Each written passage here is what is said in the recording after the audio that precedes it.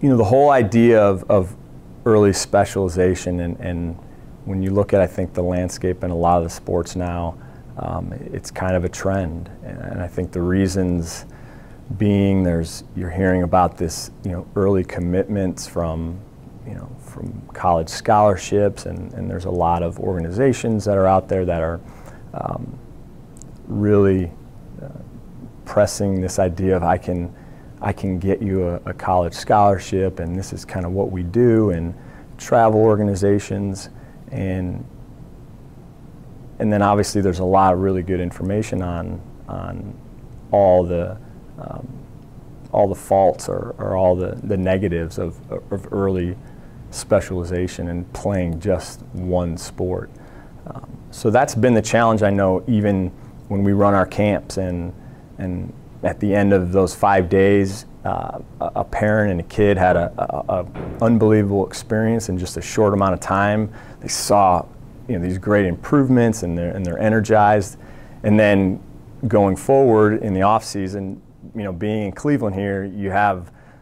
the seasons and the weather, so it's not baseball weather or season all year round. So that's the best part about being in this region, is you gotta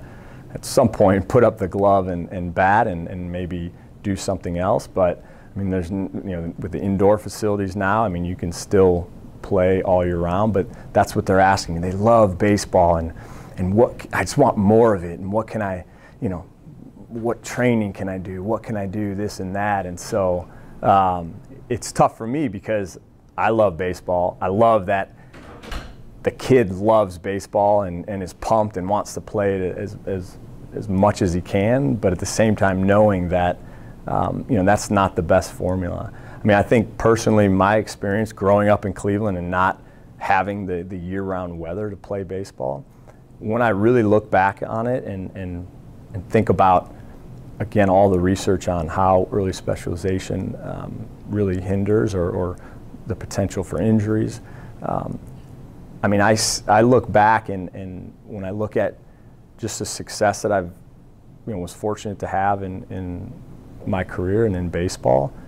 how come fall, having to put up the glove and bat, and then transitioning kind of my focus for kind of my second love, basketball, and preparing for that season. And then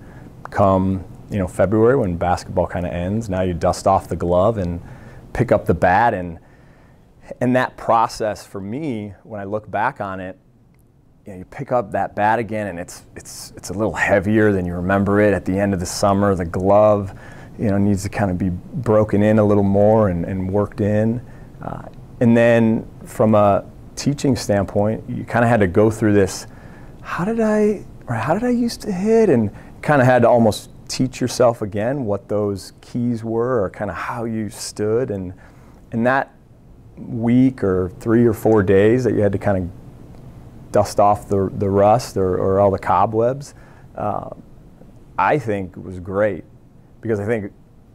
a downfall of early specialization, if you're in a situation where you're not getting the highest quality coaching, and they may not be teaching you whatever fundamental, the most effective or efficient way, and now you're just doing that all year round. From a development standpoint, you're doing very inefficient and ineffective movements or swings or mechanics, and you're doing them all the time, and you're never getting a chance to go through that scenario that I just kind of went over,